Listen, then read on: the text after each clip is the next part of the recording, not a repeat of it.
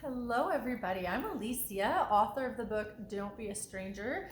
And I have talked about how I've created this platform around the idea of sharing resources for personal development, professional development, nuggets of wisdom. And for those who are already in my world and on my social media networks, you're familiar with the monthly event that we host through Zoom called Nuggets of Wisdom, where we come together and we share quotes and lyrics and mantras and affirmations and how we've applied them in our own lives in hopes that we can inspire other people. And the personal touch is the piece that makes that relatable. And when I really think back over my life and I show curiosity about who in my life has inspired the most nuggets of wisdom as far as how I've become who I've become, it's my father. So I lost my father a number of years ago, but my father left an imprint that is unforgettable. And so much of what I extend to others in my life today, and so much of how I want to do life today, is inspired by what my father taught me.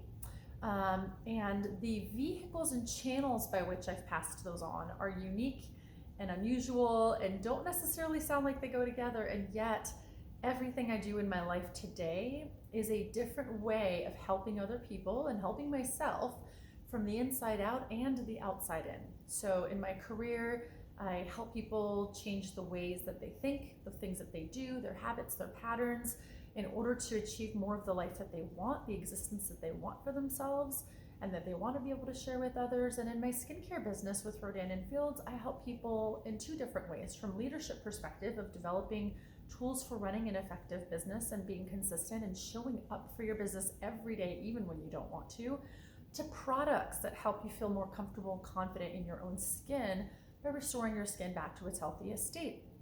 So all that said, and by the way, my book, Don't Be a Stranger, is an integration of both worlds. It helps outline some of the ways that I've naturally just come to be and what I have found has really helped me in my business world, because I built my business on strangers and the generosity and kindness of people who did not know who I was the day I started business and simply started supporting me because there are so many kind, amazing people in the world.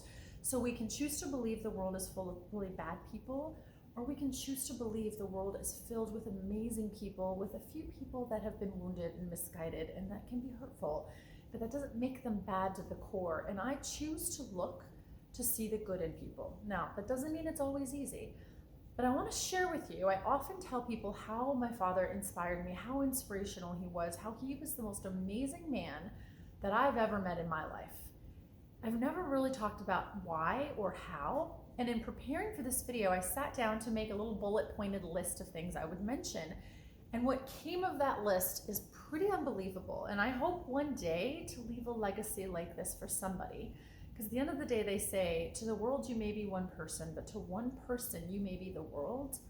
Well, my dad was my world. He was absolutely the person that, living and passed on, remains my marker for knowing if I've been successful in life. Because it's not about money, it's about how you leave people feeling.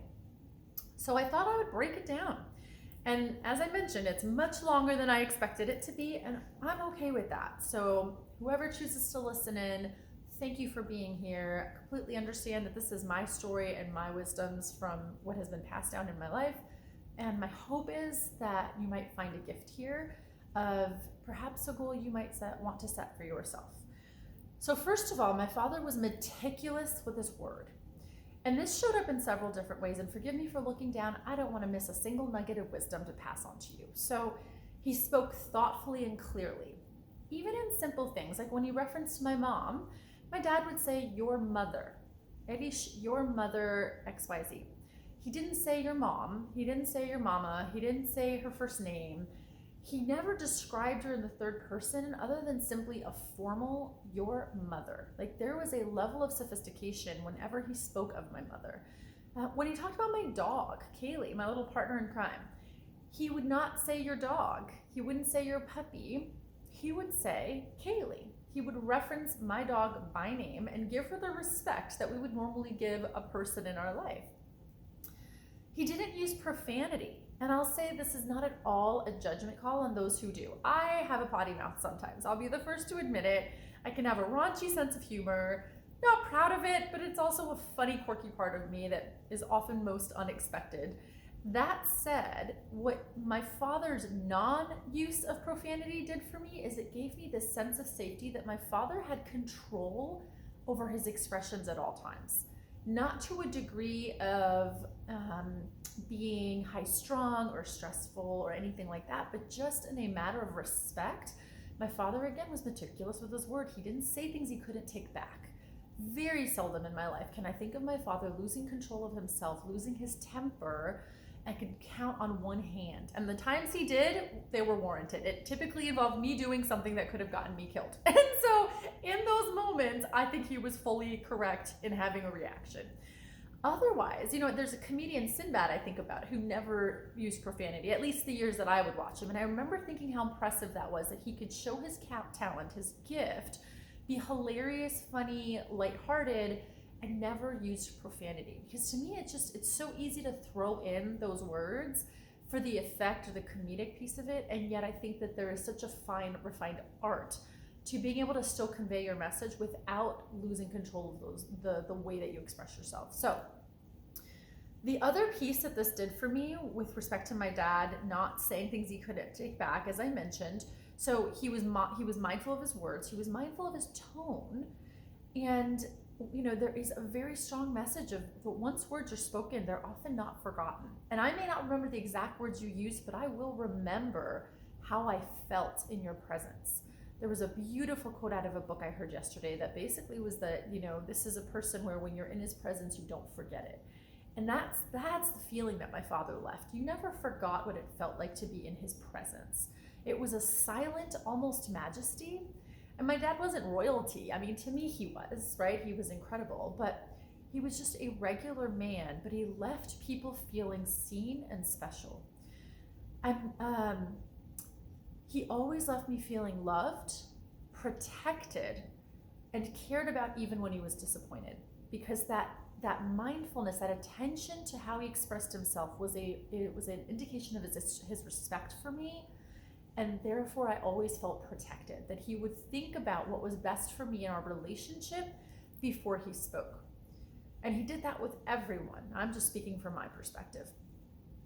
My father was contemplative, and yet he always used his words. And that, again, is a fine art, to be a thinker who doesn't often say what he's thinking, who doesn't use silent treatment when he's upset, but uses fewer words to get his point across.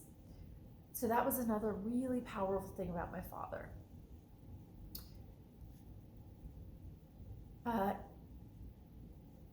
And he specifically did that to avoid injury as well as to avoid regret. And he seldom put himself in situations where those feelings would arise.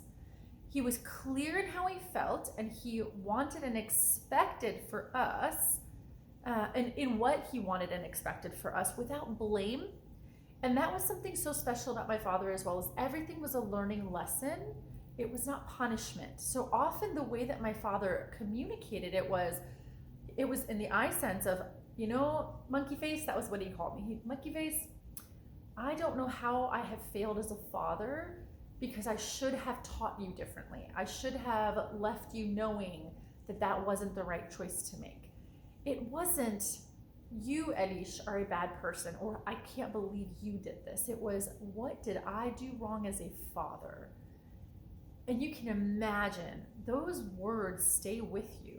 And it instills that idea of accepting responsibility for yourself at all times, even when you don't like another person's behavior or choices.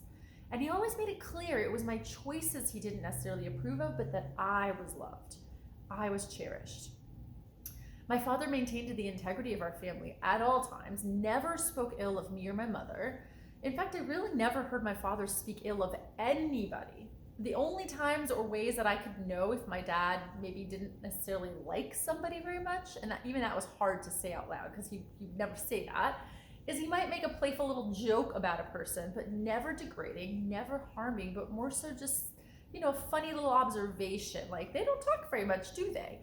And then I would know my dad didn't feel comfortable in that person's presence, but it would be cute, and he'd have a little smirk, and he would make sure nobody heard other than me or my mother. And it was a playful little, I don't think I want to be put in this situation again, but not What is wrong with that person? Why don't they speak? It was so fun, by the way, doing this video, and so humbling because it really took me back to those moments with my dad. And like, man, every day that I think of him, I'm just more and more in admiration and in awe of who he was. Because I don't know how he learned to be this way. I know how I've learned, and how I continue to learn is by keeping him as that model, right? Not a model of perfection, because no one's perfect, but my model of what that finish line looks like if I know that I've arrived at the person that I want to be. And I still have a lot of work to do. So when my dad did have conflict or tension with someone, he would go directly to that person to resolve it. He would never vent or complain or gossip. And boy, do I carry lots of shame. Boy, I have definitely been guilty of the female stereotype. And I've had to work really hard on myself to recognize that is not a way to connect, right? And my dad didn't do that. And if I want to be like my dad, I need to get better at this. I don't want to be involved in venting in that way. And, you know, we learn different behaviors from different people in our lives. And so that's been something that I've really made a concerted effort at, is I want to have better integrity with my word at all times. So he trusted only one or two people with his secrets outside of my mother. And I am still learning today, because my mother and I talked a lot actually as I was preparing for this video. And I said, I don't want to miss anything. Can you tell me what you cherished about Daddy? When you think about him, what are some things that come to mind? And at first, it was that general, kind of generic, oh, I don't know, he was just really good. And I pushed her a little bit, no, mommy, give me some specifics. And so then we started bouncing back and forth and remembering more and more and more. And it was such a beautiful exchange in just preparing for this. So I want to thank you, whoever you are who's watching, because knowing that somebody might watch this video gave me the confidence and the oomph to really dig into this and be so thoughtful about what I cherished about my dad and what I want to instill in my own life day after day. So even if my mom and I did gossip to my dad, because we did, he would listen without judgment, but he also wouldn't participate. He wouldn't jump in and gossip with us. He'd find a way to joke with us and lighten the mood, lighten the tension without degrading anyone. He didn't shame us for gossiping. He didn't join in and shame whoever we might have been gossiping about. He just maintained his integrity with himself and the man that he was. And he would help us see the lesson in whatever was going on without controlling our response or judging or shaming or blaming. So his silence, I will say, at times frustrated my mom. She said there were many days where, you know, she'd wait for him to come home from work. She'd been working in the house. She'd be with me. She was bored, bored to tears. And then my dad would come home and he wasn't a talker. My mom and I were talky. And my dad, he was a blusher. I mean, we would talk, and he would look at us and blush, and they'd say something really cute. But really, he was a very strong, silent man. And so at times that would drive my mom nuts. But here in hindsight, she says, I wouldn't have had him any other way, because that silence centered us and it balanced our family in a beautiful way. And my dad really didn't speak much unless there was something worth saying. So when he did, you listened. You wanted to take that nugget with you. And there's so much my father said I'll never forget. And as I mentioned, he protected the integrity of our family at all times. He was never one to disrespect me or my mother, certainly not in public. He maintained the semblance of our family. He spoke kindly, tenderly, respectfully at all times when there were people involved. And when we were private, behind closed doors, he was still respectful. He still got frustrated. There were certainly days he and my mother had arguments, but it was so few and far between because he chose not to engage. He chose not to engage, and he was the quickest to come back around and say, you know what, I apologize. I care more about this relationship than whatever it is we're bickering about, so I'm sorry you messed up. And he would make a joke of it, and it would lighten everything, and then my mom would laugh, or I would laugh, and it was done. It was done. Or he'd say to me, monkey face, I'm sorry I spoke harshly. Can I get you a Coke and make it better? Or can I buy you a pair of socks and make it better? And he'd pick something ridiculous and silly, and I would giggle and laugh, and I'd pout a little bit, and then it was over. So my dad always took responsibility for himself, and that was already an example of what I mean by that. He would apologize within 2 hours of anything that went wrong. And I can count on one hand the number of times my dad really legitimately, even like offered an apology because it wasn't necessary. He didn't do things to have to apologize for because he was so careful with how he treated people. He used I statements. He didn't blame, as I mentioned earlier. He had a strong sense of himself. Another thing my mother mentioned to me that frustrated her at times was he would ask her for her advice, but then he would do what he felt was best. And that frustrated, she's like, well, why do you even bother asking? I was like, but Mom, he wanted your wisdom, but he trusted himself still to be our advocate, to choose things that were in the best interests of our family and of him. And he did that as a very strong provider and protector for our family. So he trusted himself once he armed himself with perspectives and information. And he didn't get ruffled or riled up if my mom got passionate about something. He just listened without judging, without stopping, without criticizing, but then made his own decision. And he would choose his battles. Because there were times my mom and I felt passionate about something little, and he'd be like, go ahead, have your win. He chose his battles so carefully. And he'd only put his foot down when he really felt like it was important and worth it. And part of what my mom and I didn't know until way later in life was so many of the decisions he made were to protect us in his retirement and in his passing. My father did everything in a calculated way to make sure that my mother was taken care of in his final years of life. And God bless him for doing that, because ultimately my father was very sick. Ultimately, he started to have signs of dementia that progressively got worse. He wasn't able to make those decisions later in life, and he made sure that we were safe and taken care of. My dad was playful. He was so playful. So he would throw around cute little pet names. I was Monkey Face because I was born with a head full of hair. My mom tells me that I was apparently born with like hair coming out of my ears. She was so afraid those hairs were not going to fall out. Thank goodness they did. And I've seen a picture of me born 2 days later, and crazy how much hair I had. So he said I look like a little monkey. So Monkey Face, you can imagine I can never look at a monkey the same again.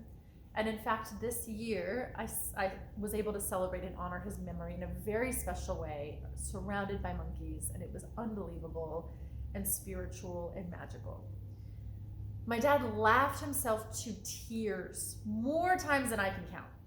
In fact, in the last couple years of his life, I remember my mom and I were walking through Scottsdale, and we passed a wig store. And for some reason, my mom wanted to go in and play with wigs. So we went in, and she's putting on wig after wig, and I have pictures of my father literally laughing himself to tears, streaming down his face, watching my mom in these wigs that were just ludicrous on her. And it was such a moment frozen in time that I will never forget. I'm so grateful for those photos. I remember watching movies with him, and he had this dry sense of humor, because my dad had a rough face, like very serious face, looked very intimidating if you did not know how sweet and tender he actually was. And I remember we were watching this movie with this woman who she was drinking a lot in the movie, and then she'd be hungover, and then she would be drinking out of 2-liter sodas the next day trying to hydrate. And after a couple scenes, my father looks at me and very serious, he's like, do they not have cups in that town? And I just died, because that was my dad. He just, as if he's talking about the most serious thing in the world, he would come up with these cute little things. And he celebrated my zaniness. So I remember a time when I was probably high school, college, and I was on the phone with a telemarketer who called, and I loved strangers. I've always loved strangers. I loved that interaction and the surprise of never knowing who you're going to talk to and who you're going to meet. And I was on the phone with him for 45 minutes, giggling and laughing and talking and joking. And finally, my dad, he'd been watching TV, looked over and he's like, aren't you talking to a telemarketer? And I was like, yeah. And I kept giggling, and my dad just started laughing again. And he loved the light that I had in me for strangers. He loved that about me. He didn't judge me. He didn't say, don't talk to strangers. He embraced everything that was me, as quirky as I was. He would joke with me when I was upset with my mom, because there were many times my mother and I bumped heads. And he'd say, and I wouldn't eat. I would lose my appetite every time I'd be upset. And he would say, Eddie, you need to eat to have energy to fight. And obviously he didn't want me to fight with my mom, but he just knew how to make me smile and how to make me laugh and how to not take me seriously. My father never would think to breathe the words, relax, chill out, take a chill pill. He knew that was not wise. Instead, he would feed into my sense of humor. I remember coming home from a date or a meeting where somebody was late, and I've always been really punctual with time, probably because my parents were always early to everything. So for me, being on time is being late. And I'm very, very driven around time. It's very lucky my career drives around meticulous time. And my dad would, I'd come home and be like, I can't believe they were late. He'd be like, Elish, it's okay. Maybe give them a break if they're 5 minutes late. And he would smile, and he would get me to smile, because when my dad blushed, I blushed. I could not keep a straight face when my dad blushed at me. And my dad blushed every time I walked in a room. No matter how mad he was at me, he couldn't help but smile when he saw me. And who doesn't want that in their life? If there's anything I'm looking for in a partner, it's that. It's that no matter how mad at me you are, you adore me so much because you see my heart. You see past the quirks, you see past the smoke screens and the fear behaviors. You simply see that person you love and adore. There was a great meme that I posted on social media yesterday. It was incredibly moving. And it is an older gentleman holding the hand of his wife who has dementia, and she doesn't remember who he is anymore. And somebody says, so let me get this right. Every day you walk her, and she has no idea who you are, but you walk with her and you guide her, but she doesn't know who you are. And he says, but I know who she is. She's the love of my life. And that absolutely was how my father approached things and how he taught me and my mother to be. I remember too, I would come home from a date, for example, and I'm 5'7", a little over 5'7", and I would say to my dad, Daddy, he was really cute, but he was short. And my dad would say, Elish, he's not short, you're tall. And again, I would laugh and giggle, like, okay, maybe I'll go one more time. And it just gave me that perspective again to take responsibility and remember it's not about the other person, it's what am I bringing, right? Whether it's a date, whether it's life, whether it's a conflict, whether it's love, what am I bringing? And then again with the pet names, it's so hard to be upset with anybody if they use a cute pet name. And so I teach people that I work with to use pet names to lighten the mood, to lighten the tension, to help the communication along, and to bring in the love. My father paused when confused. And I love this so much because I think of so often in life, I'm around people and when they don't know something, they scowl. Or they'll immediately turn to judge the other person as if it's their fault that they didn't communicate well and that's why you don't understand. But it's, but did you show curiosity? Were you listening? Were you super present? And what my dad, the first thought that came to mind is when he was in the hospital a year or so before he passed, and he'd had a procedure, and it was kind of in that aftermath of like coming back out of the anesthesia, and he was alert by that point. My mom and I were bedside. Obviously this is pre-COVID days. And the nurse was also there, and she was doing certain things, and my dad and I were just chatting, and I was like, how are you feeling? And my dad, at one point, very softly, he was a very soft-spoken man anyway, but he very gently said that he wanted a glass of water. But none of us actually heard what he said, and the nurse thought he asked for the urinal. So she handed him a bedside urinal, which just looks like a big jug. And my dad looks at it, and he smiles, and he looks at me, kind of perplexed, and he looked at the nurse and he smiled, and I was like, what's wrong, Daddy? He's like, I said I wanted water. And we all busted out laughing because none of us realized that's what he asked for, and it was just the most precious thing. I'm sure he started crying himself at that point too, but he didn't judge, he didn't chastise or scold or scowl. He just made light of it and made everybody around him laugh, and I'm sure that nurse will never forget him. He was just so gracious and playful. And my dad was so patient. He was gentle. He was tender. He was like a deer. That's how I always think of him. My dad was like a deer. I think of a deer. I think of a swan. And my mom told me recently, I had not told her I felt that way about my father. She said that her father actually would refer to my father as very much like a deer. I'm like, it's not just me. So, as I mentioned, he almost never raised his voice. I will never forget the things he did yell at me for, though. He yelled at me because when he was teaching me to drive, I didn't check my blind spot and almost hit a car, so he snapped and jarred me to make sure that never happened again. I guarantee you I never forget to check my blind spot again because it left an emotional reaction, but it was appropriate. I was about to hit someone. And sometimes we can't control the knee-jerk reaction, right? One time I was climbing over the fence to go get a ball or something that went into the neighbor's yard. I could have been killed. Who knows? There could have been a vicious dog. There were a lot of things that could have gone wrong. So he yelled at me for that. And then there was another time that my tricycle, I left it in the middle of the street, and he yelled at me for that 3 times in my entire life that I can think of my father yelling at me. All 3 involved risk of death. And I will remember those incidents to not put myself or anyone else in those situations for the rest of my life. So good for you, Daddy, for raising your voice. That needed to happen. So he was never ashamed of his sentimentality. My dad was so sentimental. I mean, he was moved to tears at a commercial. I remember still to this day, my mom and I and my dad went to a restaurant, and I went to the restroom at the very end of the meal. I came back, my dad is crying, talking and connecting with the server about how proud he is of me and how sad he was that I hadn't found a partner in life. And does the server know anybody wonderful to introduce his beautiful daughter to? I mean, like, how sweet and adorable and quite embarrassing. But it was so precious, that love that he had for me, that he just screamed from the rooftops because he just wanted life to give me what he felt like I deserved. It was so, so touching. And again, a memory I will never forget.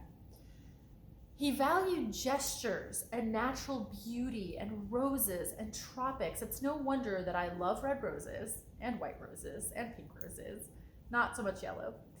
I love tropics. It's every time we vacationed, it was to an island. And so that's why, for me, that's my favorite type of way to go away. He gardened. My dad was so talented. He grew climbing rose bushes over these beautiful arches that he would build with his own bare hands. I don't know how my dad was so talented, and pretty much self-taught everything. But we had this beautiful long property, big property in DC, and he had these gorgeous climbing rose arches and this gorgeous, like, just padding of rose bushes. And he went out there every day, and it was his therapy. And recently, my mother actually brought me roses he had planted in her yard here, and they smelled of my father's roses. And I don't know why normal roses don't smell like that to me, but I smelled my dad.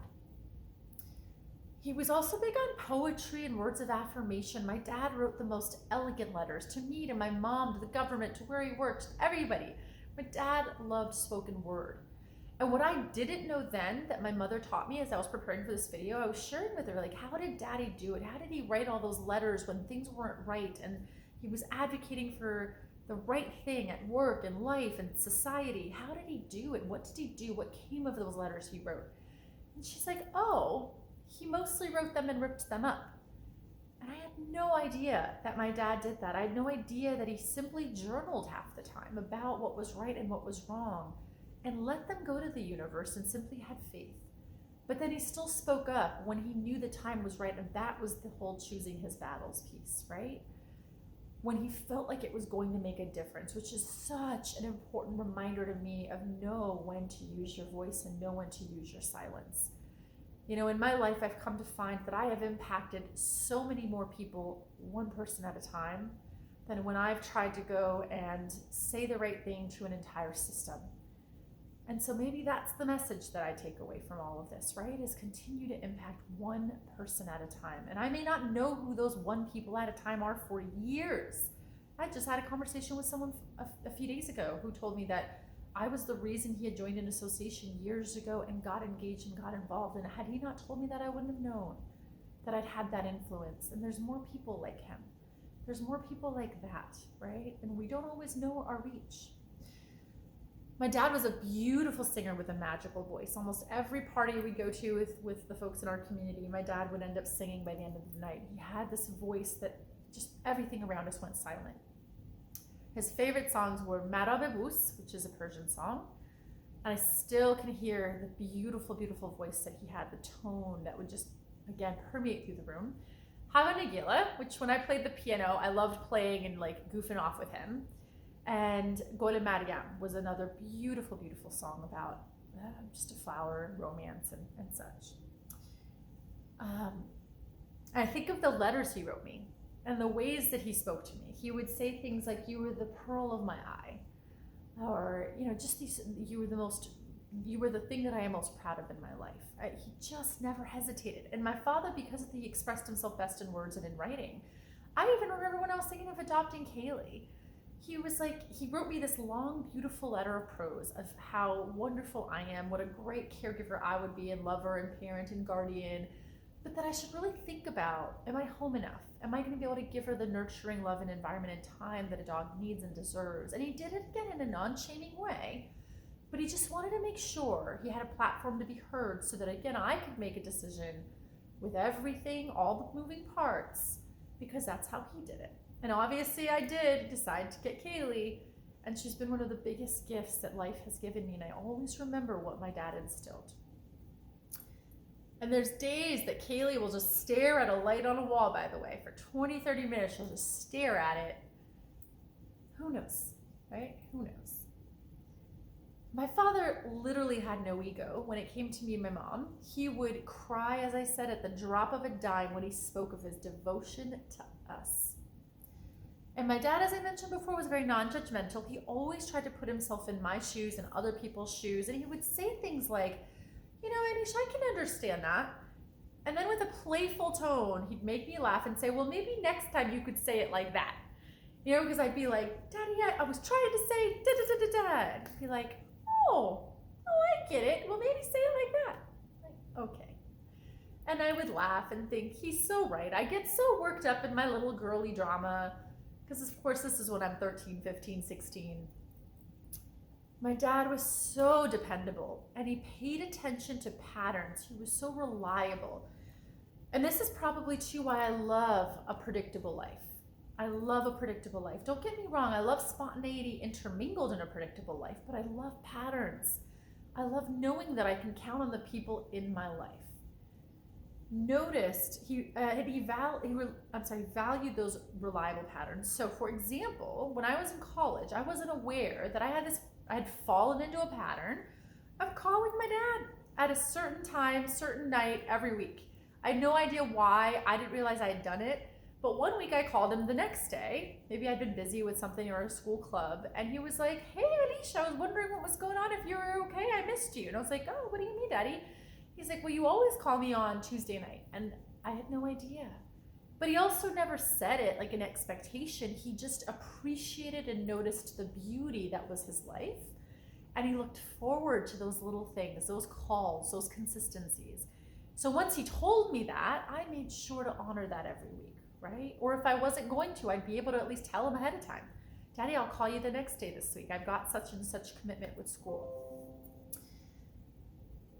The other thing that he really valued was the simple, sustainable rituals. So every Saturday morning for years, well, first of all, every morning my dad would wake up for work around 3:30, god awful hour. And he would go and he'd get ready and he'd be outside doing paperwork on the car. He would just on the hood of his truck, the front of his truck, he'd have papers strewn. It's very much like when I go to a coffee shop. It's like I have my office strewn out on half of the table. It's comical, actually, how much like my father I am. And he'd have the papers all over the hood of the truck, and he'd be working for hours before work. And I'd also remember in the morning he would always shave, and then he would smack on his aftershave. And I would always try to go down to the bathroom and join him around the time of the aftershave. I loved watching him because he would use that fluffy white thing and put all the white shaving cream all over his face with the little, whatever it was called, brush. And I would watch as he would then carefully shave it, and I loved the sound, I loved the whole process. And then when he was done, he would smack some of the cologne on me, and I loved the smell of my dad's cologne. It was Halston. Loved the smell of that cologne. To this day, I will literally get a Halston if I see it and put it in my bathroom just to take a sniff every so often because it smells like my dad. And so I could count on that ritual every day, right? And so then Saturdays, he'd wake up, and he'd get ready to go to get his hair cut. So he would always take me along. I loved watching him get his hair cut. Then we'd go to the Safeway next door, and he would buy me a 6-pack of frozen Italian ice, which I loved, lemon flavor, of course, for anybody that knows me. And then we would get a little pack of baseball cards because they came with a free gum and a hologram, which I just thought was the coolest thing. And we'd go grab lunch at Roy Rogers, which eventually became Hardee's, and I loved that experience. And then we would go feed ducks. So you can imagine, I can't look at fried chicken the same. I can't look at ducks, swans, any sort of flying white bird the same because they all remind me of my dad. Not even just white, but brown ducks too. But it was that sweet gesture feeding the ducks. And it's these little things that will always be reminders of my father. And the wonderful thing is, they're around all the time. The funniest ritual that we had is we would go to the gas station, and I loved taking a whiff of the gas. Isn't that awful? Don't judge me, please. I have not done drugs, but I loved the smell at the gas station. And so my dad would tease me, or if he was, putting gas in the lawnmower, he'd be like, all right, monkey face, take your whiff. And I would take a little sniff and I'd giggle. And it was just those cute moments. So work ethic. My dad had the most amazing work ethic. So he fought for what was right, even when it was the unpopular decision. He spoke to me about that internal struggle of how best to do that. Now, again, I thought he was actually fighting every single time. And what I understand now, again, is he chose his battles and controlled the controllables that he could, which was him. And how he led his staff. His staff admired him. They were inspired by him. What I learned in talking to my mom about this video is, again, so often he would journal. He would just let them go and have faith. My dad never seemed to bring his tensions home, though. So I never saw him stressed or overwhelmed. And I'm not negating that it is normal and healthy to have stress, but again, he protected his child from unhealthy expressions of it. Right? And when he talked with me about things, he spoke from the standpoint of the moral and the value in a lesson, not the nitty-gritties and dramatics in people. So it's principles, not personalities, references the concept, the topic, not the people involved in what's going on. And I'm also learning how often he'd go to my mom for that guidance and support that I did not even know was happening.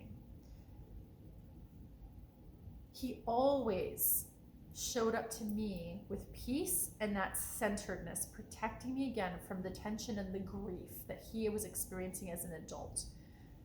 And when he shared matter-of-factly, not emotionally. I also thought my dad didn't internalize his struggles, but come to find out he did. According to my mom, things really did bother him. My dad was so sensitive. I didn't know how sensitive he was. I knew how sentimental he was. My mom says that he was just like you, because I'm very sensitive. So I'm trying to skip over some of the stuff that I've already shared with you. So my dad was the biggest supporter in my corner and in my mom's corner.